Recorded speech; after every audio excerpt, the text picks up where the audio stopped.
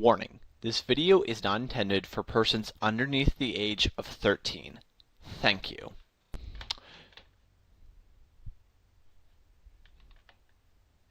Do do do do do do do do do do. Dear Wizards of the Coast. Hi. It's me, Aries, and I am writing to tell you that the economy in D&D makes no... Yep, that's my rules lawyer. I have to take this. Uh-huh. Oh, seriously? Ooh. Okay, thanks for telling me. Yep, well, my rules lawyer just informed me that this opening gag is trademarked by Austin of the Science on Shoddycast and Game Theory, and that I've also have several typos in this letter already, so I should just stop doing this and just get to the video. If you can't tell by now, we're going to be doing something a little different than normal. In this video, we're going to be comparing expenses of the player's handbook to those in our real world, in order to get some idea of how valuable the in-game gold is. Now, the first thing we're going to need to do is establish what real-world setting we're using. After all, if we jump back and forth from the Roman denarius to the US dollar to the paper money printed by the late Tang dynasty, then we're not going to have a very accurate estimate. I've decided to use the British pound circa the 14th century. I chose this period because the 1300s really is the end of the medieval period. By the time you get into the 15th century, the Renaissance is in full swing, and you have European powers exploring far-off realms. And as for England, well, I chose this so that way the records that we'll be working with will at least have been written in English. I mean, it's an older version of English, but at least it's English, so that way there's less margin for error when it comes to translation issues.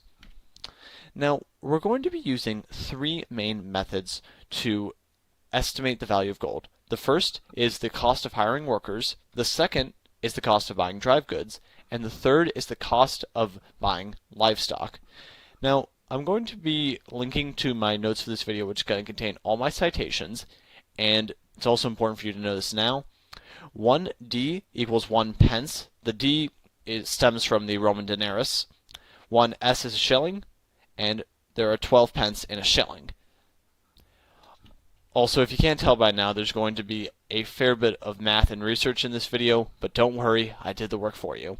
All you have to do is like, subscribe, comment, and all that good stuff as I take you along in an adventure in economics. We have a research paper entitled The Long March of History, Farm Wages, Populations, and Economic Growth, England 1209 to 1861, written by Professor Gregory Clark of the University of California in Davis. A journal article entitled Women's Work Reconsidered, Gender and Wage Differentiation in Late Medieval England, written by Professor John Hatcher of Corpus Christi College. Then there is also a web article entitled Medieval Prices and Wages by David Crowther, founder of the History of England podcast. Now, as you can imagine, each of these authors provided a range of possible wages that the average farmhand may have made. We are, after all, talking about an entire country's worth of workers spanning an entire century. Because of that, I had to do some math of my own. First up with Professor Clark, he showed a smallest amount of 1.5 pence per day in the first decade, all the way up to a highest amount of about 3.44 pence per day in the 1370s. So, putting this all together, we get an average of about 2.572 pence per day. Remember that for later. Now, Professor Hatchett's report wasn't in such a clean table, but we did get a straight range of 1 to 3.5 denarius per day out of it. Sorry, 3.5D, which is 3.5 pence. Now, averaging these two together, there's 2.75 pence. Hey, that's not all that different from the earlier estimate of 2.57. Then, David Crowther's table shows an unskilled worker in the early part of the century making about 2 pence per day, and in the later part making 3 pence per day. Simple math. We'll average those at, say it with me now, 2.5 pence per day. So now we have our 3 estimates. One of 2.572 pence per day, one of 2.75 pence per day, and one of 2.5 pence per day. Averaging those all out, we get about 2.6073 repeating pence per day. We're just going to round this down to 2.60. Now in the player's handbook, you can hire an untrained hireling for 2 silver per day. So since we want to know how much a D&D coin is worth, we divide the real amount by the fantasy amount, and I could just be using a digital drumroll effect, but for some reason I'm pounding my desk. 1.3 denarius is equal to 1 silver coin. Now, for the next method is going to be comparing trade goods. Now, for a lot of these, this is going to be weird. I thought that this would actually be the easiest of the 3 sections since the handbook gives us so many examples, but a lot of them are either things like spyglasses, which are so specialized that each one would be different, or they don't come in specific amounts, like a hunk of cheese. Seriously, that's what's in the player's handbook. A hunk of cheese. How much even is that? A hunk of cheese. Why can't they just do it by the pound or half pound or something? I'd make a joke here, but it'd be too cheesy. Now for this section, I decided to settle on wheat and oats because I was eating cereal when I did my research. Just kidding. These are important crops that grow plentifully. Now, they tend to be measured by the bushel, which is 30 pounds of weight for the substance. Now, I know that the player's handbook doesn't have oats per se, but it does have horse feed, and since oats is usually used to feed horses, I'm going to consider them to be equivalent for this section.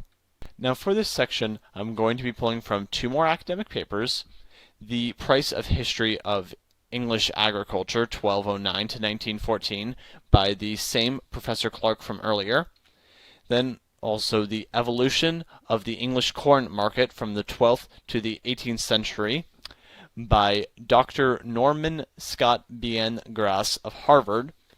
I also found a web page labeled Medieval English Wages and Prices that we will be using here. Professor Clark was kind enough to provide the cost for every year for wheat and oats in shillings per bushel. The problem is that his list couldn't exactly be moved into Excel, so what I had to do was drop the list into Word, knock out every value except for the ones that I wanted, and then go from there.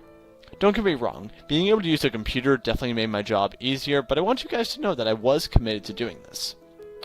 Now for the wheat, we ended up with a low value of 0.39 shillings per bushel in 1339. Hey, that kind of works out. 39. Anyway, there was also a high value of 1.82 shillings per bushel in 1370. This gives us an overall average of 0.71 shillings per bushel.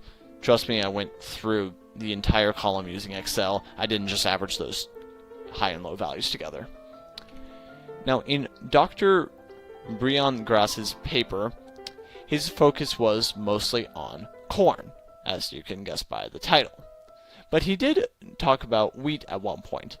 He put it at an average value of 70.75 pence per 8 bushels. So this will translate to 8.8437 shillings per bushel, or about, the important part is 0.74 shillings per bushel after all my math. I assume that you don't want to see all of it.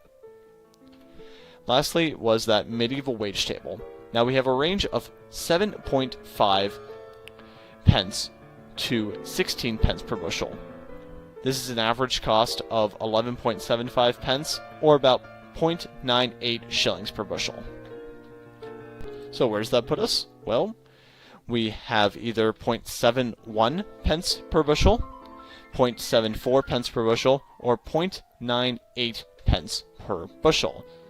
Since there are 3 values, we of course divide by 3, and we get 0.81 shillings per bushel, or 0.324 denarius per 1 pound, since 1 bushel, as mentioned before, is 30 pounds. Now, in the player's handbook, 1 copper coin is 1 pound of wheat.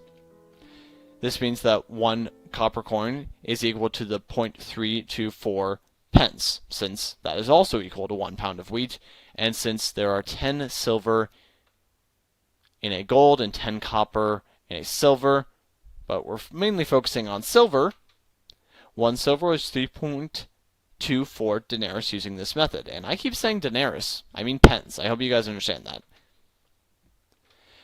Well, next it is time for oats, my brother. Wait, well, what do you mean this is a dated meme? Hey, I may not always use memes, but when I do, they are at the peak of freshness. Oh, wait, this one's also old? Man, I feel heckin' bamboozled with all these old memes. Anyway, going back to Dr. Clark's report, oats varied from 0.13 shillings per bushel in 1339 to 0.7 shillings per bushel in 1316. This all averages out to 0.28 shillings per bushel in the 1300s. I unfortunately couldn't find another paper on the topic, but the medieval wage table puts the range at 2.25 pence per bushel to 6 pence per bushel, averaging these together at 3.75 pence per bushel, or 0.3125 shillings per bushel. Now let's stir up these oats and see what we get. Well, we get an average of 0.29625 shillings, or 3.55 pence. Now, in the player's handbook, 5 copper pieces will buy you 10 pounds of feed. This means that 1 bushel costs 15 copper pieces, or about 1.5 silver pieces.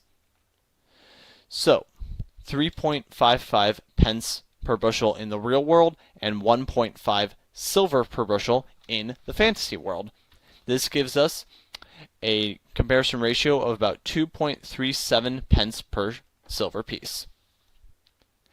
Now that we have the estimates for both wheat and for oats, let's put them all together. 2.37 pence per silver piece plus 3.24 pence per silver piece, dividing by 2 because it's an average. And this means that on method number 2, it's 2.81 pence for 1 silver coin. Now, this may seem like a bit of a far cry from the earlier estimate, but don't lose hope. We still have the third one, and then averaging, a lot of math to go. Okay, method number 3, livestock. It actually turned out that this was the easiest section because I didn't have to scroll through graphs taking averages of averages. It was a lot easier to find the price that people were selling straight animals for. And I decided that I was going to be using oxen and chickens for this section because they were important animals used throughout the entire country, and I was able to find multiple sources backing up their costs. For this, I first looked at a list entitled List of Prices of Medieval Items by Kenneth Hodges of University of California at Davis. This put the cost of an ox at about 13 shillings and 1.25 pence, or about 157.25 pence per ox. I also looked at high prices in early 14th century England, causes and consequence in the Economic History Review, which was written by, let me check my notes, Professor Mavis Mate of the University of Oregon. This put the cost at about 14 shillings or 168 pence each. Okay, you know the drill by now. We averaged together 168 pence with 157.25 pence for about 162.625 pence per ox. Now, in the player's handbook, you can buy an ox for about 15 gold, or about 150 silver pieces. Now we're going to divide the real by the fantasy to get an estimate of about 1.08 pence per silver. Interesting. Using oxen is the closest estimate for 1 silver being worth about 1 pence. Let's check back in on the chickens. Using the medieval English wages and prices, 1 chicken costs about 0.875 pence. With a medieval price list, a chicken costs half a pence. This is a combined average of 0.6875 pence, and since a chicken in the player's handbook costs 2 copper, we're going to divide those together. This will give us 1 copper coin equaling about 0.34375, or 1 silver equaling 3.4375 pence, or about 3.4 pence per silver coin. Now we just need to put together the cost of the oxen and the chickens. 3.44 plus 1.08 is 4.52. Half of that is 2.26. Put it on the board! And with that, we have our 3 estimates for the value of D&D gold. Well, technically silver, but you know what I mean. Looking back at our scoreboard, using the cost of wages, a silver coin is worth about 1.3 pence. Using the cost of dry goods, a silver coin is worth 2.81 pence, and using the cost of livestock, a silver coin is worth about 2.26 pence. Now, before I do the final average, let's just take a minute to appreciate these numbers. These are all valid ways of measuring the value of a fictional currency, and they're all pretty much close to each other, within about 1.5 silver coins. This makes me confident to say that 1 silver coin in Dungeons & Dragons 5th edition is equal to about 2.12 pence. Now, since the outlier was pretty lower than the other two, I'm going to feel more comfortable rounding down, and this also makes math easier by saying that 1 silver is worth about 2 pence. Now, I know what you're thinking. Well, it's nice to have this number, but that's for 1300s England. How much of that would it be worth in today's money? Well, I'm glad that I asked. I found a calculator from the UK archives that will translate old money to modern money. I went for 1350 as the base year, and let's see what this gives me. So, 2 pence back then would be worth about 4.89 pounds in 2017. This calculator only went up to 2017, so I then had to use an inflation calculator from the Bank of England. This brings our value to about 5.18 pounds in 2019. Now, I'm also curious what this would be worth in a real currency, so to convert that to US dollars, it's 6.72-ish dollars. So, what do we do with this information? Well, whatever you want. We now know that a D&D elephant is worth about $13,440. Wait, how much is an elephant worth in real life? Okay, so after some more searching, I found out that according to Business Insider, elephants go for about $17,000 on the low end. I would say that in a world where magic makes it easier to transport elephants and they're probably less endangered, it would make sense for them to be a little bit cheaper. So hey, this metric works for elephants! Boo, you look good. He's got the outfit, he's got the elephant, cause we're not through yet! This also means that we now know that an unskilled worker makes the equivalent of $13.52 per day. I know that sounds like nothing, but not only is it comparable to what a real-world worker made in that time, it also works out because the workers themselves didn't need to buy much. Their housing and food was taken care of by their feudal lord. It was basically like a type of sharecropping. Now, before we go, I was curious what would happen if we took this question a little more literally. What would happen if you took gold coins from D&D and transported them to the real world? How much would they be worth? Well, let me show you.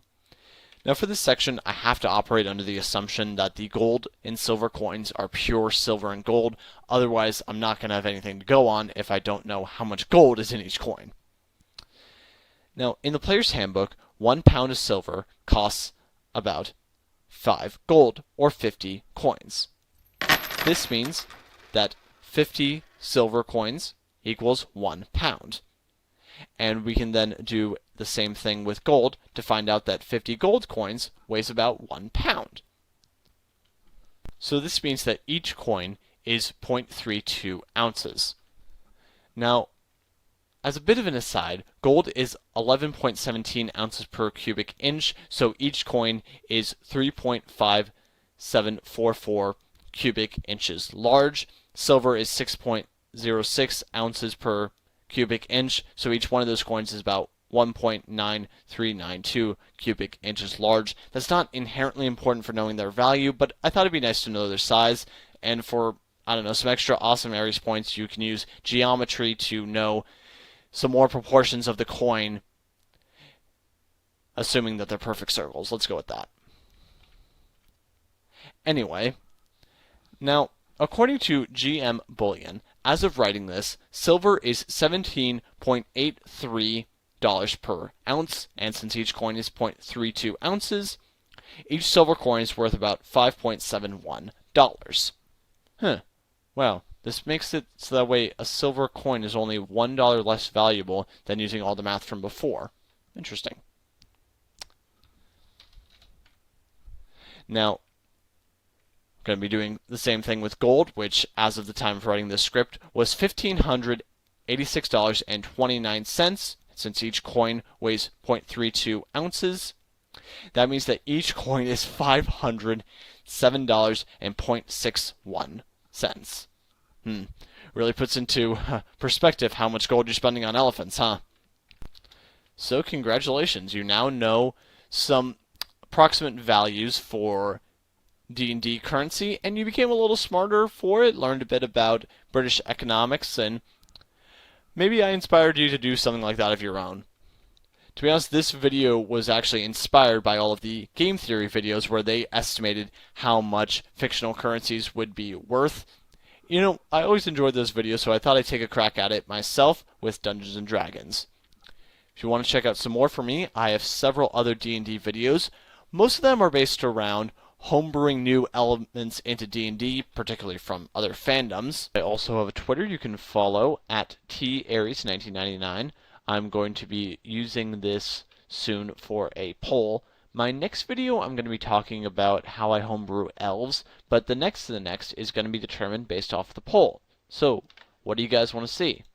Do you want to see me talk about Stephen King Part 2, Zombies Part 2, Minecraft Part 2, or try something different with the Saw movies? I'd be fine doing any one of those, but I want to see what you guys want. I have an actual play D&D podcast called Enter the Dungeon, a brotherly podcast that's a ton of fun. Right now we're about 30 episodes deep. And links for that will be in the description, as well as my notes for this video. But I really do think that this video has gone on long enough, don't you?